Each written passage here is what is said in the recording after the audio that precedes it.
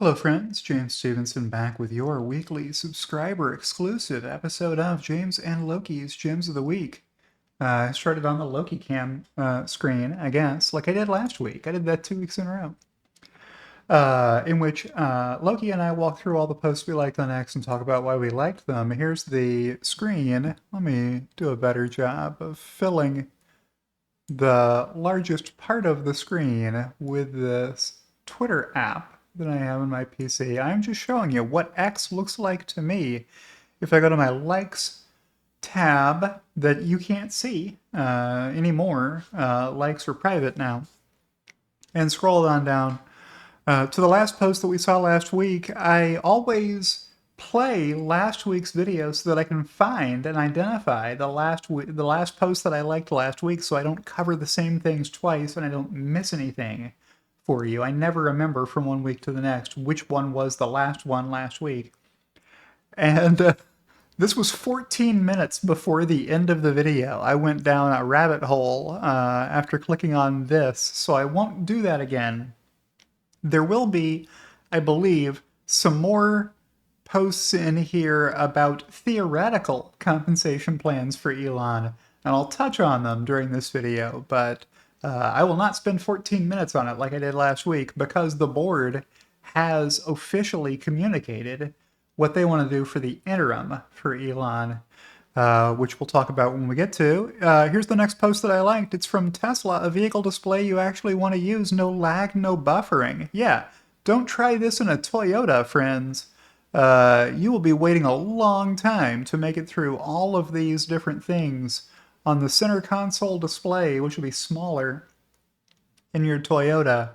And at least as of the last time I checked, if you want to go to a destination, you're going to have to find which screen in the Toyota menu lets you punch in an address. And you better get the address right, and you better know what it is. It's not going to search for you.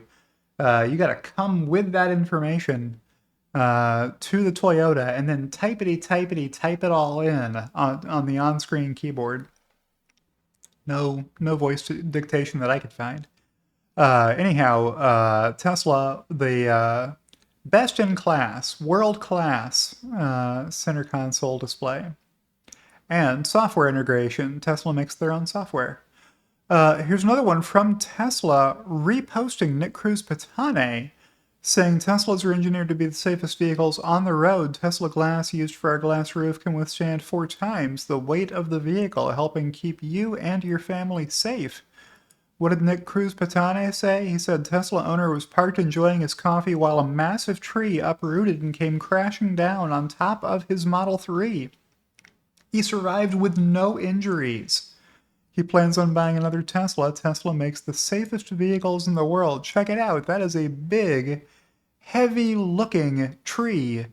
And it did crush in the roof some, but when you open the rear door and you poke your camera in here and you look, I mean, that's not bad, right? I mean, yes, the roof is caved in. It is, because a very, very heavy tree fell on the roof.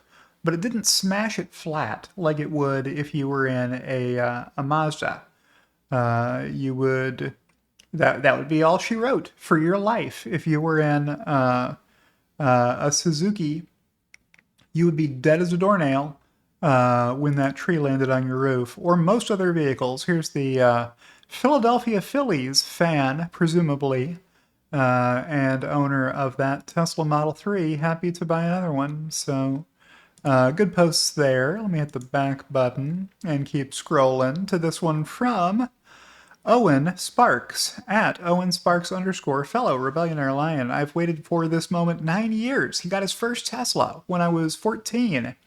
I found, man, I'm going to feel old. I found out about Tesla and watched as they unveiled the Model 3. I got hooked on their mission to accelerate the world's transition to sustainable energy and told myself my first car would be a Tesla. I made a Twitter, now X account, and found an incredible community of like-minded people. Hello, people. He's talking about you. All of us fighting false stories that were orchestrated by short sellers to try to bankrupt the company, which nearly happened in 2018. To kill the company would be to kill an exciting future. Tesla survived barely, and the mission continued on.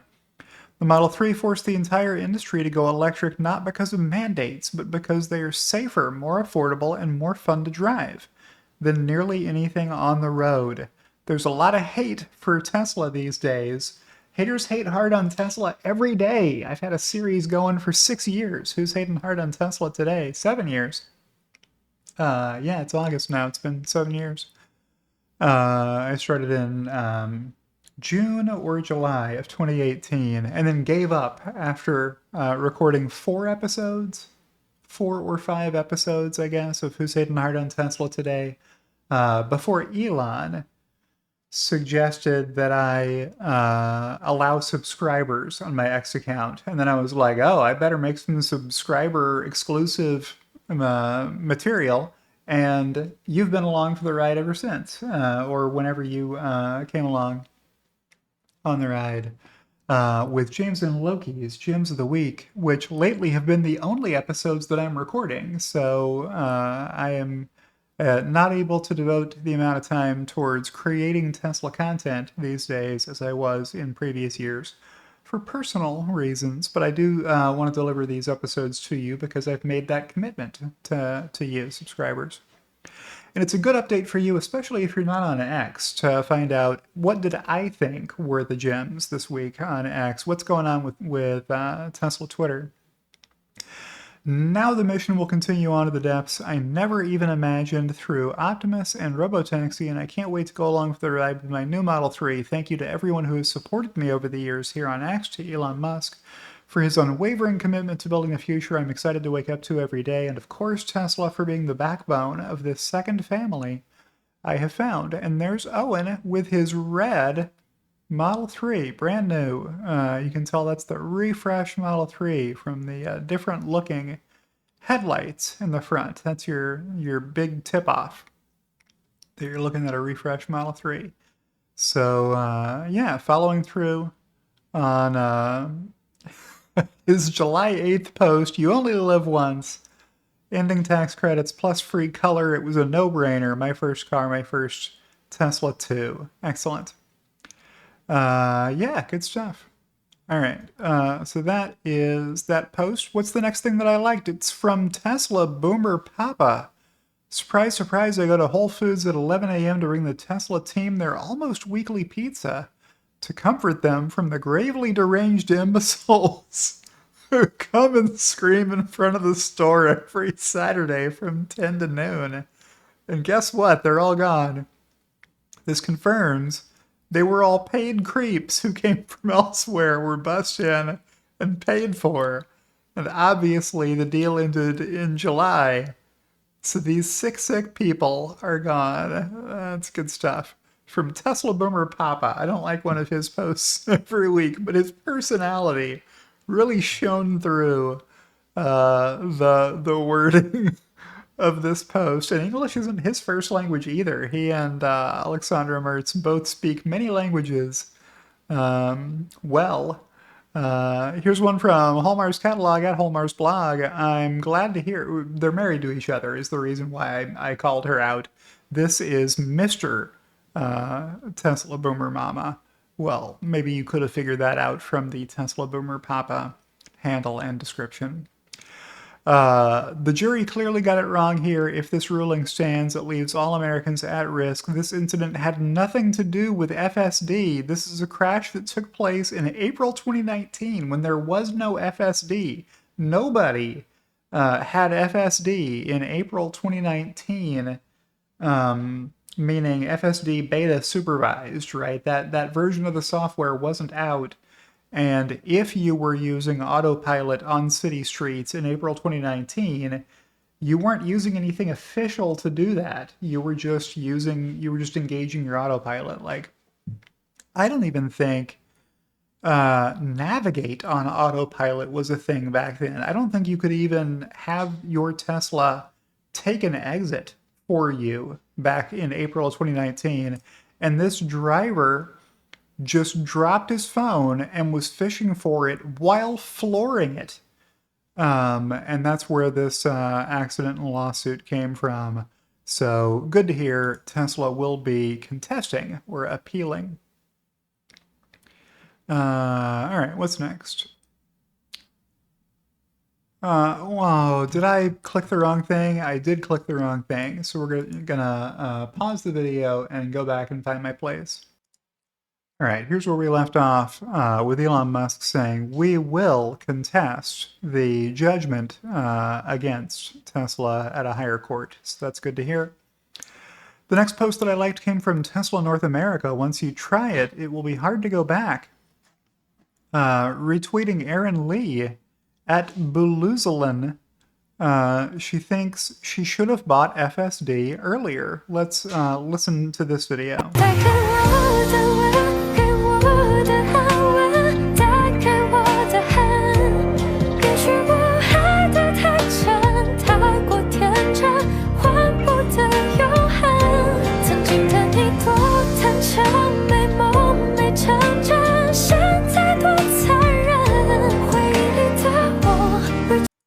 All right, I thought there was going to be some kind of dialogue in that video, but there wasn't. Just a poppy song, maybe in Chinese. I don't know. Let me know in the comments below if you were able to identify the lyrics to that song. Here's one from Alexandra Mertz at Tesla Boomer Mama. I actually think he owns more than 54% and had a heated debate with Grok 4 Heavy on the topic, LOL. Think you have to add a part of the X Corp investors, as he owned 74% of X Corp and X Corp investors got 25% of XAI. Alexandra's best guess is 72.5%, but as always, she could be wrong. What are we talking about here? It's that after Elon bought Twitter and changed the name to X, X Corp, which owned XAI, bought X. I know, I had to say it slowly to make sure I got it right. I think I got that right just now. Increasing Elon's ownership percentage. Now, how could it increase if he already owned it? Because he had other investors help him buy X. He didn't spend... He didn't have $40 billion to buy the company with, or $50 billion, whatever it was. So he needed other investors. But when he started XAI, he started another company, X Corp, and he owned more of it. So Alexandra is saying, hey, he increased his ownership percentage of the combined company. Let's see the context for this. It is that same thread. And we covered some of this last week in last week's episode. So we probably didn't make it to this comment because it's August 3rd, and August 3rd was the last day of last week's video. So the question here was, Tesla needs to buy a stake in XAI from Elon in exchange for shares. While this thread is so long, maybe this is one that I covered in my 14 minutes last week. If not, feel free to pause that and read through it. But there was a reply from Tesla Boomer Mama that didn't get shown last week, and she's got good info most of the time, well researched. Well, it's just it's a string, it's a block of likes from Alexandra Mertz here. So she reposted my summary of the Tesla board's announcement, to which I said, thanks, Alexandra, wish I could join your live stream today, but can't. Very glad you saw my post anyway, which probably contains everything I would have said anyhow. Perfectly sums me up, so helps a lot. Shame you cannot come. We'll miss you. I said, I know you're going to slay in my absence like always. She does. So maybe at this point, I need to dive headfirst into what the Tesla board said. Doubtless you have already read this post because it was a long post from me that got 154,000 views, 1,200 likes. If you're a subscriber of mine, probably you saw it already and are caught up It was me reposting Tesla's letter, which I found confusing. I thought this was maybe not um, helping people to understand what the compensation plan was. So I gave it the old college try, explaining in my own words, without the assistance of any AI assistant, what the board chair, Robin Denham, and Kathleen Wilson Thompson, the other independent board member, have come up with for Tesla's interim compensation to Elon Musk, since the Delaware courts may not let Elon carry through and follow through on any of the compensation he was awarded with his 2018 CEO compensation plan. So check those out. I'm sure I'll have to say more about this as I show you more likes, so I'm going to keep going for the moment.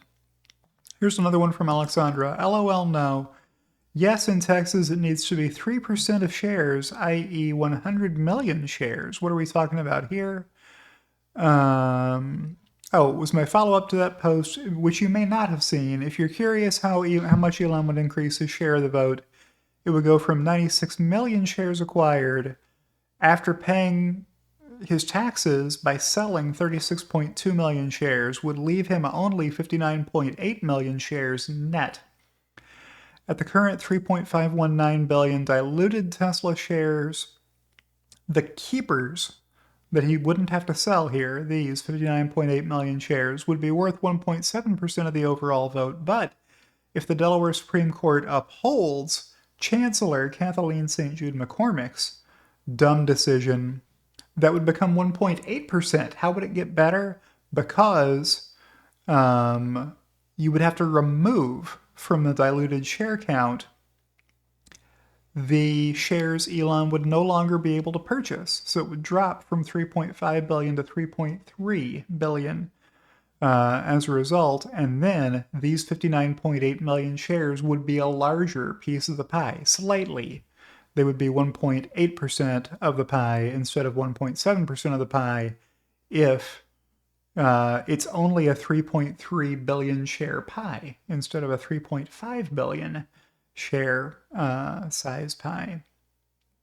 To which Alexandra replied, actually, he gets the voting rights now, once the 30 days of HSR are over.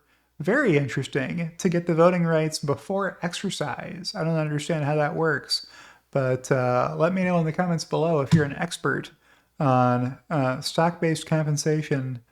I replied, great, now we'll get another plaintiff lawsuit about how Tesla shareholders weren't given the opportunity to vote on the interim plan. I thought that would happen, so I was happy to see these replies here from Jose at I Like Teslas. Not in Texas, right? He replied.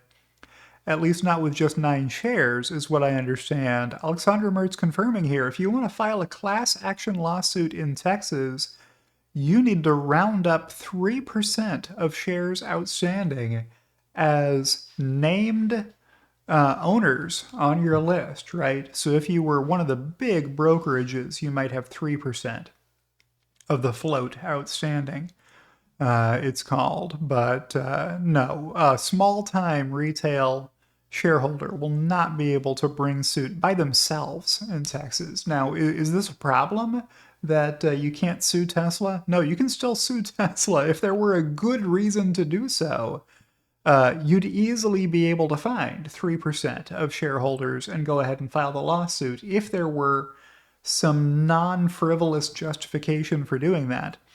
But it should cut down on the number of lawsuits now that Tesla is incorporated in Texas.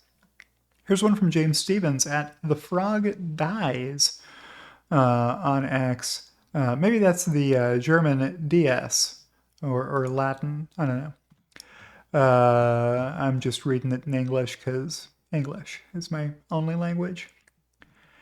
So Bradford Ferguson, executive producer of this program, also replied helpfully, saying maybe not because we in Texas now. I replied, great point. I saw another commenter, that being Jose, as you just saw, mention that under Texas law, at least 3% of shareholders are required to bring a lawsuit against a company, so no more plaintiffs with 9 shares. And James Stevens replied, the limit of their loss is what they paid for the shares or the price on the day they started the action, maybe. So that should be the maximum limit of the award. That would quiet things down. So I'm not sure if this is a statement of fact or a proposal from James Stevens. Let me know in the comments below if you're an expert on Texas class action lawsuit maximum penalty awards.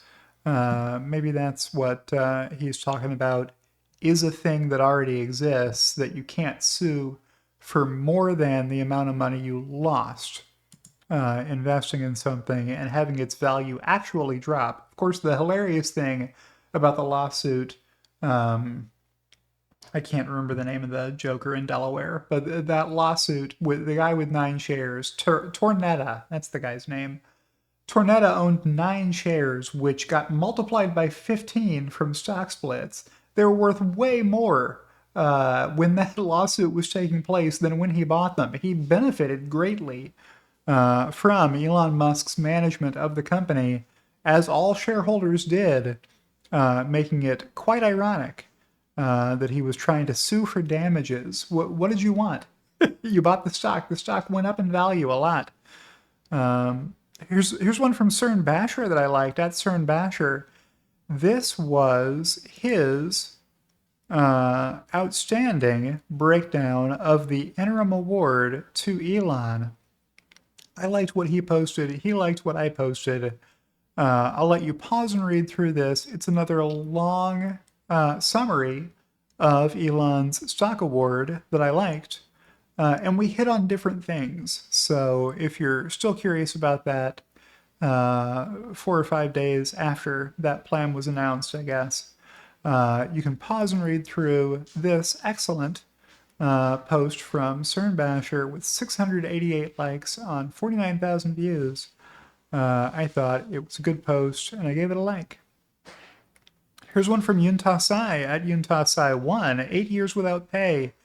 But Elon still came to work every day despite hitting all the milestones. Most founders, even being paid much better, would simply abandon ship. I often joked my annual compensation was higher than Elon Musk's because it was true.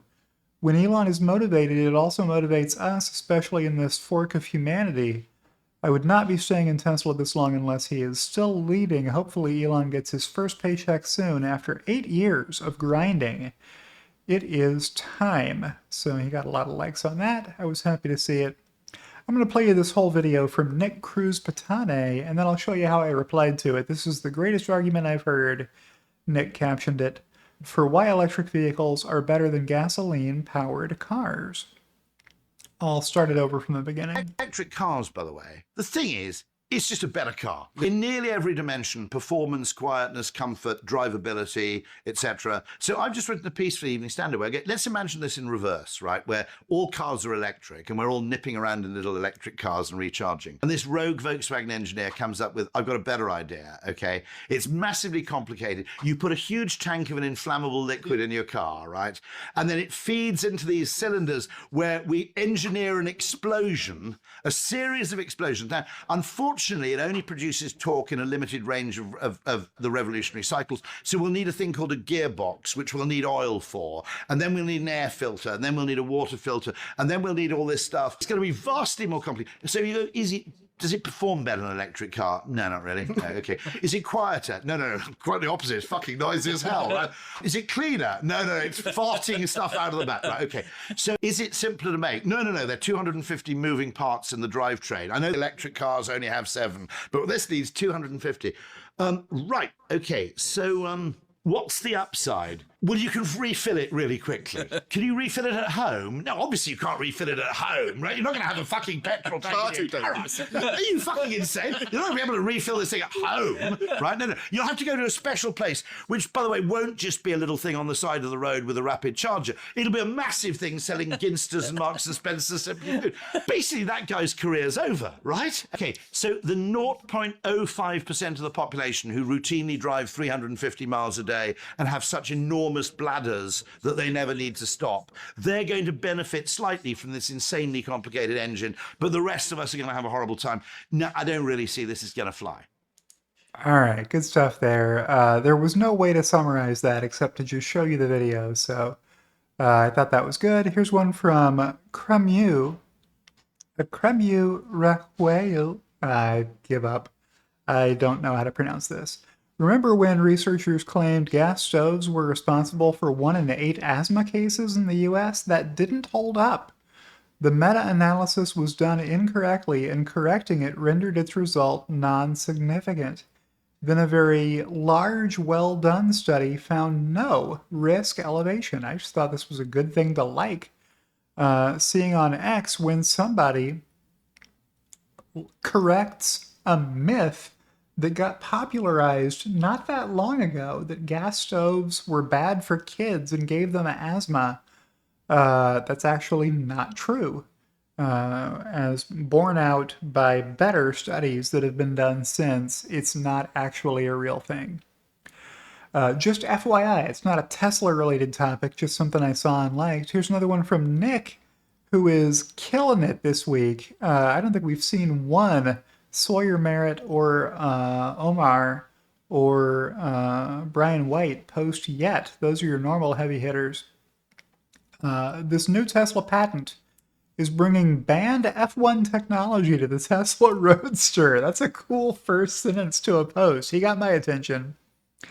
Tesla is generating a system where the car will have active downforce generation. The Roadster will be able to generate downforce across varying speed ranges and driving conditions due to multiple fans positioned in airflow pathways with deployable skirts that interact with the ground surface, essentially creating suction like a vacuum cleaner, sticking the car to the ground. It will create its own downforce even when it's not moving. The banned Brabham BT46B fan car, which was driven by Niki Lauda, was effective due to its innovative fan system, which generated massive downforce by creating a low-pressure area beneath the car, allowing superior cornering grip at all speeds. Unlike conventional aerodynamics that relied on speed for downforce, the driver said it felt like a vacuum cleaner suction. It was banned after one race. So here's that. It's the opposite of an air hockey table, the idea here. So an air hockey table has a fan that blows air through holes in the metal top, such that if you put a lightweight plastic puck on top of it, it just floats around on the cushion of air provided by the air hockey table, right? You're probably more familiar with that than you are with this. This is the opposite of that. This is sucking the air out from underneath the car. And when you do that, if you're already flying around a corner, what it does is it presses the body of the car. The body of the car gets sucked closer to the road, not touching it, but closer. And that makes all 4 of these tires have better grip. Why?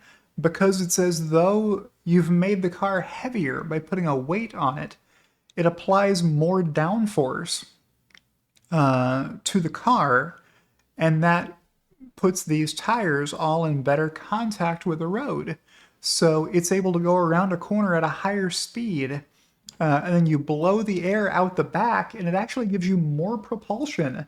I don't know how much, some more propulsion when you blow that air out the back that you sucked in from underneath the car, and you go faster that way. So the new Tesla Roadster probably will not look just like this.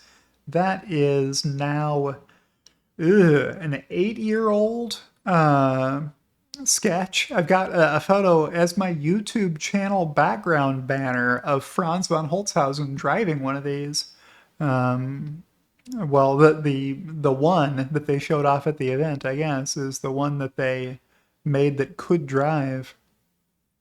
So we'll wait and see what we get from SpaceX. Instead of using a fan, they may use compression overwrap pressure vessels, COPVs, like SpaceX uses to apply thrust out the sides of booster rockets and I guess first stage rockets, so that you can fly in space in any direction you want by ejecting air. Newton's third law says for every action, there's an equal and opposite reaction. So just blow air in the direction you don't want to go, and you'll go in the opposite direction. That's the idea behind SpaceX's rockets, and they would be able to put one of those in the back seat of the new Roadster and then refill it by sucking in air from underneath the car, I guess. And then whenever you need a burst of speed, you push it out of the car. So that's what Elon means when he says kind of unfair. It's not just this technology. We're assuming that this Tesla patent is to do that. We don't know for sure that that's the technology the SpaceX Roadster will use, but we do know Elon and Lars Moravy have been talking about the demo that they gave Elon recently, after which he said, it'll be the greatest demo in the history of products when we launch this thing that was just pitched to me, which is pretty great. Here's one from Marco Alez, not a happy story here, but his friend, Edward Korestein, who I wish everybody would just learn Edward Korestein's real name and use that instead, is a hero. I took this photo after Edward protected a young woman from an attempted carjacking by 8 thugs near DuPont Circle.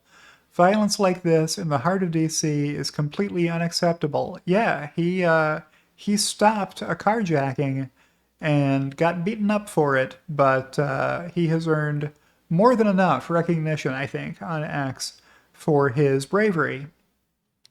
And I gave that one a like.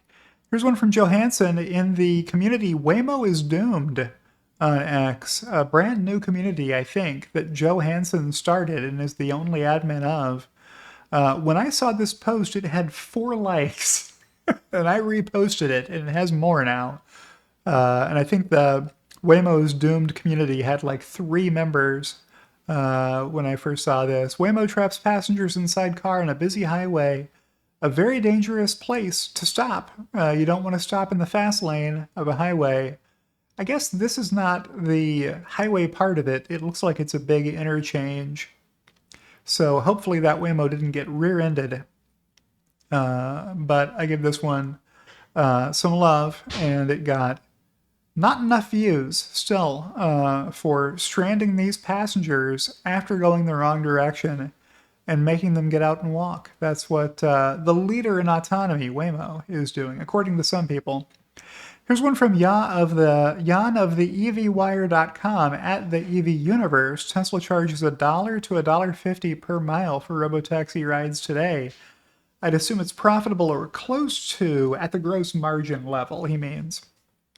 Tesla is still losing money for sure on robotaxi right now because there aren't enough vehicles for it to have scaled to show bottom line profitability. Certainly. I'd assumed it's profitable or close to it given that it has demand for years to go higher if needed. Uber, which partners with every AV company and their mom out there, said in Q4 that autonomous costs are greater than $2 per mile. Yeah, check it out. Autonomy will unlock meaningful TAM when costs drop below human-driven rides. So they put it in a giant blue box. Currently, these costs alone are greater than $2 per mile just the hardware platform, AV operating costs, and fleet management. And then you need to market your service as a non-variable cost. And then you've got fixed costs, product and engineering, headcount, legal policy, G&A. I guess they're not calling marketing and advertising a fixed cost. It kind of feels like it is a fixed cost, but maybe they're saying it's a negotiable amount how much you want to spend on that, whereas product and engineering, headcount, legal policy, G&A, you can only cut so much is what they're saying, I guess.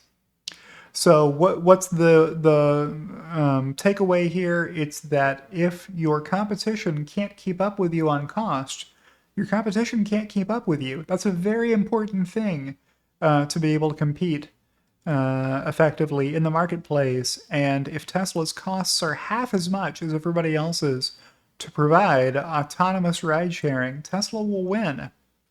That's what the economics say. Here's one from Sam Chorus at S Chorus Arc. Watch this. Let's begin with an annoying but necessary admission. You are not reading this. Oh, it's too long a post for me to read you the whole thing, but you can pause and read through it if you would like. It's talking about how reading is becoming a lost art. People don't read as much as they once did. It's easier to watch videos than it is to read pages of text. I said, after telling you that I will not read you this page of text. Here's one from Elon Musk, at Elon Musk. We are working as quickly as possible to get 100 plus Teslas operating for autonomous ride hailing. Can't use the word taxi or cab in California in the newly opened Bay Area service region and allow anyone to request a ride, and they'll be able to move the safety monitor out of the driver's seat of that vehicle after they get 50,000 documented miles with no traffic accidents. That's the, as I understand it, that's how that works in California.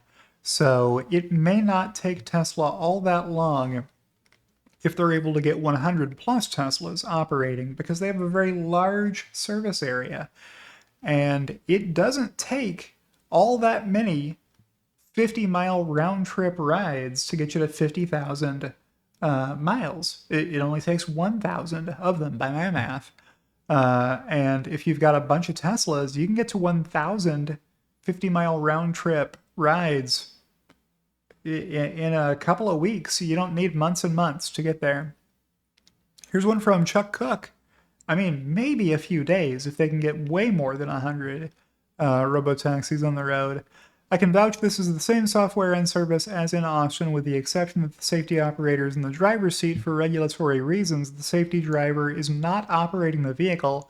I wish he would call them the shenanigans supervisor or the safety monitor.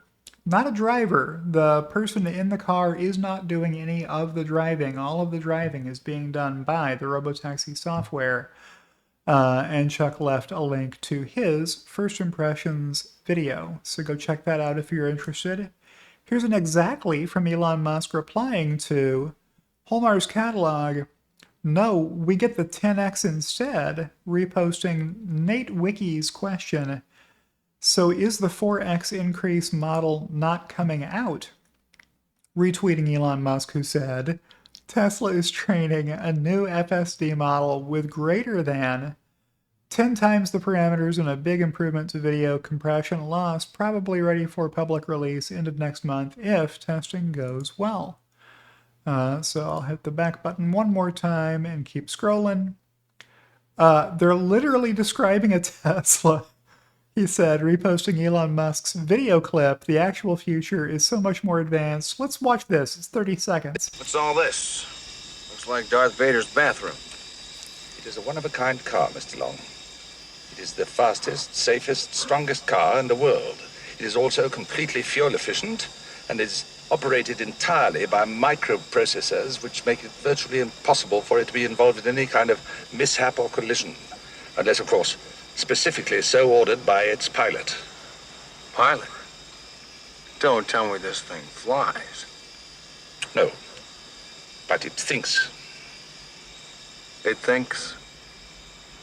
My car thinks. What's all this? Looks like Darth Vader's bathroom.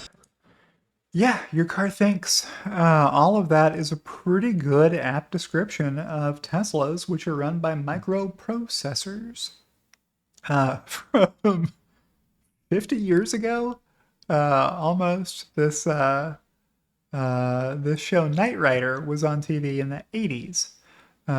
It does kind of look like Darth Vader's bathroom, doesn't it? That's what advanced technology looked like in the 80s.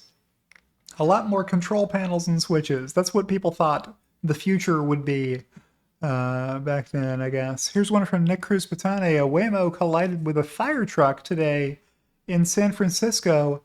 I see Dan O'Dowd claiming that Waymo isn't responsible for even one accident. All right, well, who's responsible for this accident? The fire truck?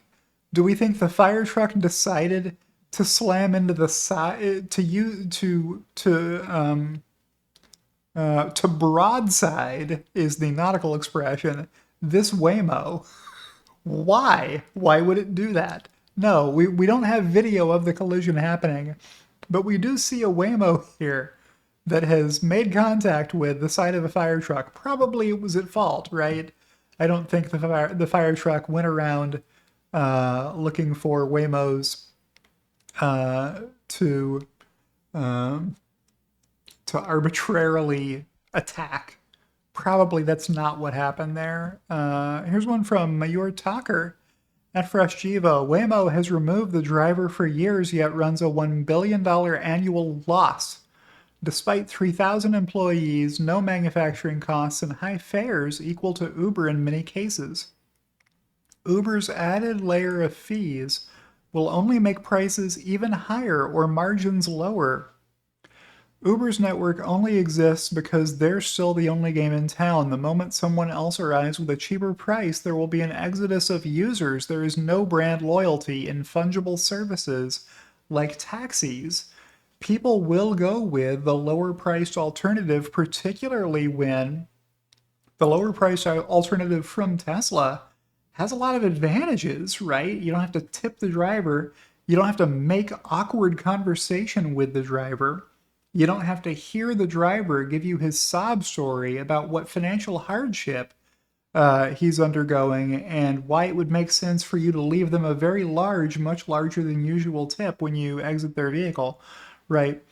It's quieter in a robotaxi. You get the screen in the back, you get your music, you get your climate. All those things sync with your Tesla profile. It's a better experience in a Tesla, and Tesla will charge you less. Let's click through here and see what he's replying to. It's this thread begun by Gary Black saying it becomes clearer every day that Tesla will not be the only car company that masters unsupervised autonomy.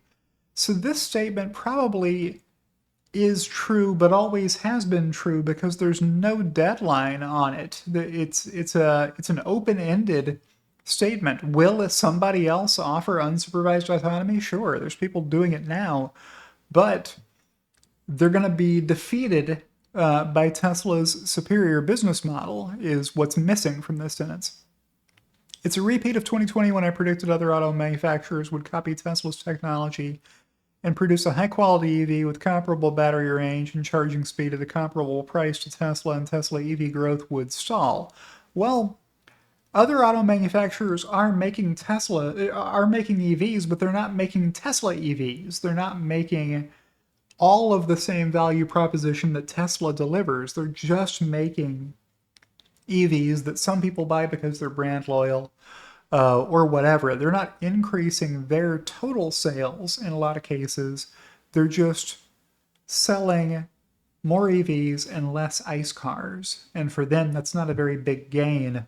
In fact, in the case of Ford in particular, and many others probably, Ford is just the only one that shows you the results separately for their EV division. They're losing a lot more money making EVs than they would be if they weren't making any EVs at all. Because they haven't figured out how to do so profitably as Tesla has.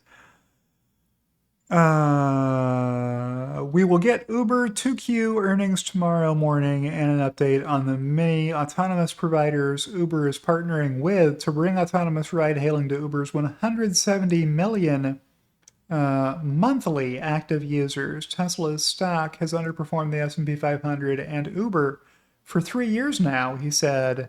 Showing off this stock chart, I guess. To which Mayur Tucker replied, I believe you'll be proven wrong on this one because nobody can compete with Tesla on cost. Gary replies, I don't get the math. If both Uber and Tesla can remove the driver from the vehicle, but Uber's network of cars is far greater than Tesla's, why would you assume Tesla has a cost advantage? That So Mayor explains it here. Waymo has removed the driver for years, yet runs a $1 billion annual loss, no manufacturing costs, and higher fares. Uber's added layer of fees will only make prices even higher or margins lower. So what's the point here? Uber, if they get rid of the driver, also gets rid of the car. The driver is who brought the Uber network the car. The car belongs to the driver.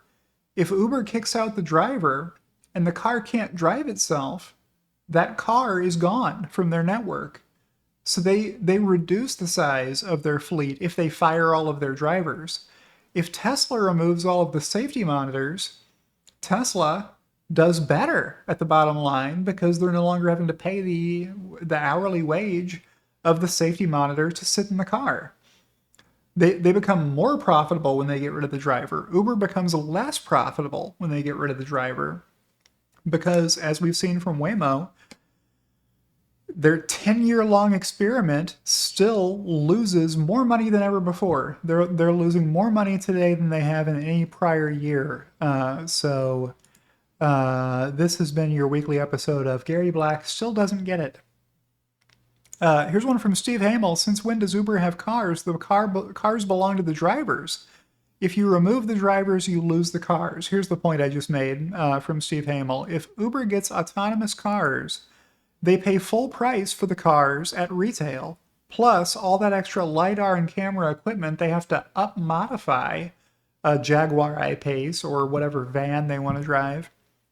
Tesla, they pay them at cost since they built them, and they cost way less than Uber's cars. Yeah, every Model Y coming out the door at Giga Austin, where robotaxis are made today, is recorded on Tesla's balance sheet as an asset at cost because it was never sold. The cost of a Model Y might be 30 grand, including, the factory labor required to make it, plus all the parts and all the processes needed to fit them all together, right? And the utility bill from the factory and everything else. All those costs go into cost of goods sold. And that's what that asset is recorded at on Tesla's books. What about on Uber's books? Well, they have to pay Jaguar retail price for an I-Pace, so 60 grand or whatever, and then it costs them another, 30 grand to load the thing down with aftermarket computers and cameras and LiDAR, and then that's the holding value for their robotaxi. So they have a way more expensive robotaxi in the first place. It's going to take them way longer to pay it back, even if they can get to gross margin positive, and it's not clear that they can. So I replied, Steve's logic seems unassailable to me, Gary Black, to which I got no reply. I keep waiting for Gary Black to acknowledge that Uber is not going to smoke Tesla in the autonomous ride-sharing market. I don't see how that could happen. Here's one from Steve Jurvetson. Don't feel bad. Sequoia sold their VC investment in Apple before Apple's IPO. They tried to do the same with Google. So here is an early Steve Jobs shareholders meeting with, I guess they're at a restaurant, judging by the glassware on the table. Very interesting. Well, somebody had Apple merch on back here, so it couldn't have been all that early in the goings. But a fun post from Steve Jurvetson here. What was he replying to? Oh, it was Stucker Auto. Saying, here's a story about buying a generational stock early and selling prematurely. Don't sell too soon. You will hate life. If you bought Apple in the 80s or 90s and then sold it when it 3x'd, right? Because it kept Xing after the 3. It was 10x and then 100x, maybe, I don't know. So don't sell your stock too early is the admonition from Stucker Auto. Further down the thread, on November 13th, 2007, I played in earnest with an iPhone. Right after selling some Apple stock, totally realized the future is here now. No joke. The thing is just so well thought through, well designed, elegant, and usable. It makes everything else look terrible by comparison. The iPhone is the revolution, needless to say. I regret selling those 100 shares of Apple. At least I still have 50, was the note that he wrote to himself. I had just sold 100 Apple shares at $129, split adjusted. There's been a 28x worth of stock splits since. So I guess a 7 and a couple of 2s or a 7 and a 4 is how you would factor the 28. Current value, $601,000. Oof. Yeah. Don't sell too early, is what Stuckerato's saying. Here's one from Futurama King. At Futurama King, I just found this funny because it's a Zoom chat from Doom. It's a Doom Zoom. Zoom on Doom. This is who the guy would be chatting with on Zoom. It's the enemy characters from Doom on the screen. I guess they're having a pre-meeting to talk about when this guy is gonna attack and kill all of them in the game Doom. All right. Probably said enough about that. Here's one from Elon Musk replying to Stern Basher. This will substantially reduce the need for driver attention, but some complex intersections, heavy weather, or unusual events will still require attention. Note, the Austin Robotaxi FSD build is 6 months more advanced than what is available in cars in America, and there are some additional breakthroughs in Tesla AI that will make the car feel eerily human. Replying to Stern Basher saying, could this be the version that allows the safety monitors to come out? Elon is saying, not quite yet. Don't get too excited. Retweeting Elon, replying to James Dalma. So what was happening here? Friend of the show, James Dalma, said, FSD road trip log, day 8, drove from Milwaukee to Chicago via lots of side roads and picked up 16 new superchargers, now at 1,117 total. No interventions. Annabella continues to amaze in the city traffic and surrounding areas. Great weather. Watch the full moonrise over the city from a rooftop deck. Elon replying, the FSD software update next month will be a major step change improvement for rare conditions. That's good to hear. Tesla keeps making FSD software better and better at handling corner and edge cases that you will rarely need it to know how to handle. But when you get into one of those situations, you want your car to be able to handle it. Here's one from Sawyer Merritt News. Italy has approved new subsidies worth over $700 million for the purchase of EVs. The ministry will offer up to 10,000 euros or 11,650 US dollars equivalent to individuals and up to 20,000 euros to small firms, covering up to 30% of the total purchase price of a new electric car or commercial vehicle. So this would tap out at 33,300 euros or so, if my mental math is close. To qualify, users will, and when I say cap out, I mean if you want to get the whole 10,000 euros worth of value, you need to divide this number by 3 and multiply by 10. That's how I got to 33,333. To qualify, users will be required to scrap an internal combustion vehicle of up to Euro 5 emission class dating from 2015 or earlier, the ministry said. So if you buy a car that's less than that much, you don't get the whole 10,000 euros, but you do still get 30% of your total purchase price. So it would be 9,000 euros if the car you bought was 30,000 euros, as one example. So there you go. Here's one from Robert Scoble at Scobleizer. Most people think Elon is an idiot. I have heard that from the very beginning. I met my wife less than 100 yards from his Palo Alto house inside the former coroner's office. I've never heard that story before. Let me know in the comments below if you have and have more information on it. We were there when he got his $1 million car.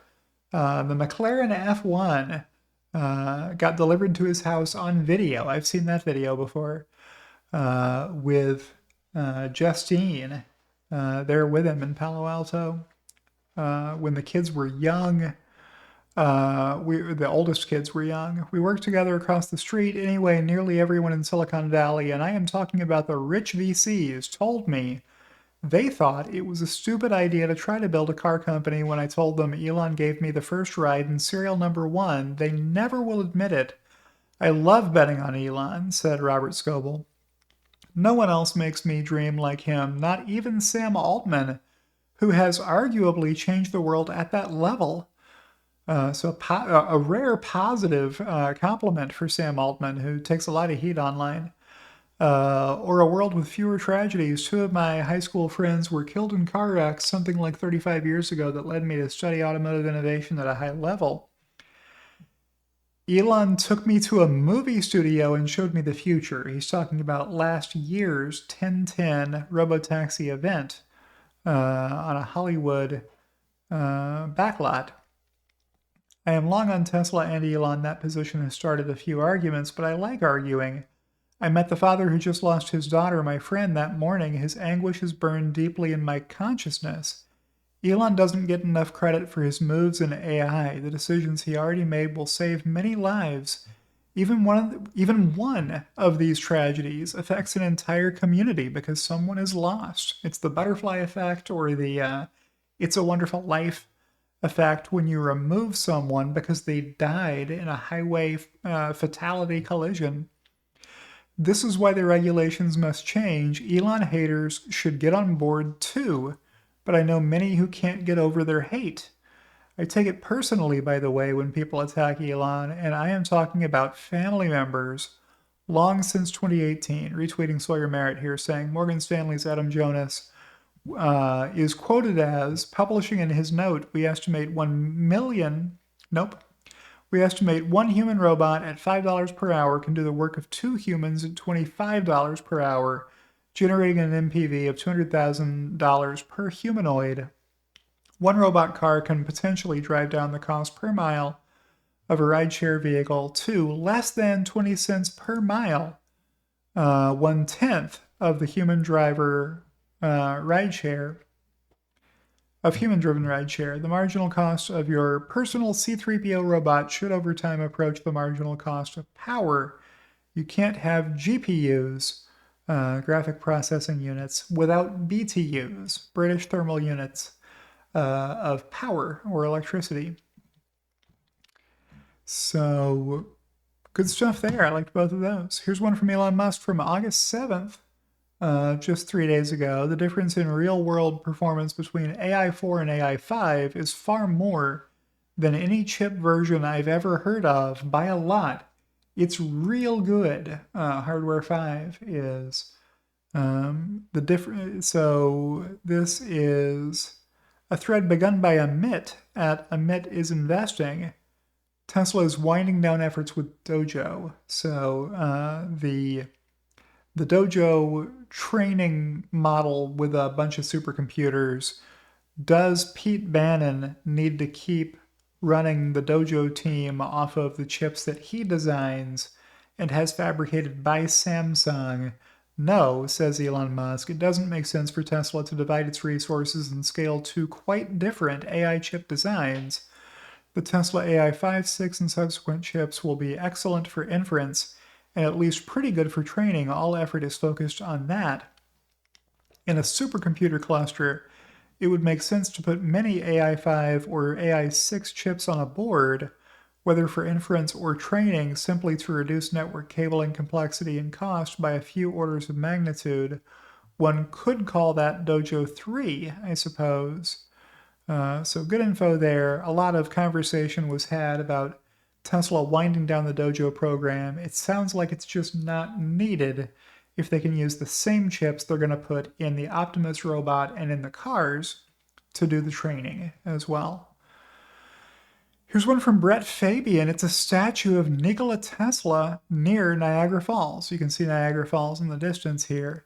And he is standing atop the motor he used. Tesla's original name was Tesla Motors. This guy is Tesla, Nikola Tesla, and this is his motor. It's an electric motor, and it's the basis of all modern AC generators used in power plants throughout the world. And the last post that I liked this week came from Grok. The Apollo 17 lunar rover's TV camera was remotely controlled from Houston by Ed Findell. So the mystery solved. If you want to know, hey, in this clip from 1972, who was the cameraman who panned up to keep this vehicle in the center of the shot after it took off? Who did they leave behind on the moon as the cameraman? And the answer is, there was nobody left behind on the moon. The camera was remotely controlled from Houston, from the rover. They left the rover behind on the planet, and it had a camera on it mounted that you could remote control back then. And Ed Findell knew there was a 1.3 second delay. So when the countdown got to 0 for this capsule, he hit the button, and 1.3 seconds later, the camera started panning up. He had pre-programmed that sequence in, and now you know for the next time some moon landing conspiracy theorist tells you we never landed on the moon and here's proof, this camera pans up. No, that technology did actually exist in the 60s.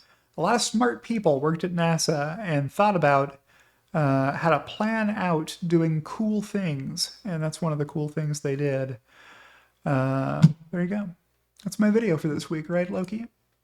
So with that, I will thank you for watching the video, remind you to like the video if you liked the video, and send a special thank you out to my 2 executive producers, Kathy Kitchler and Rebellionaire.com, and I'll see you in the next one.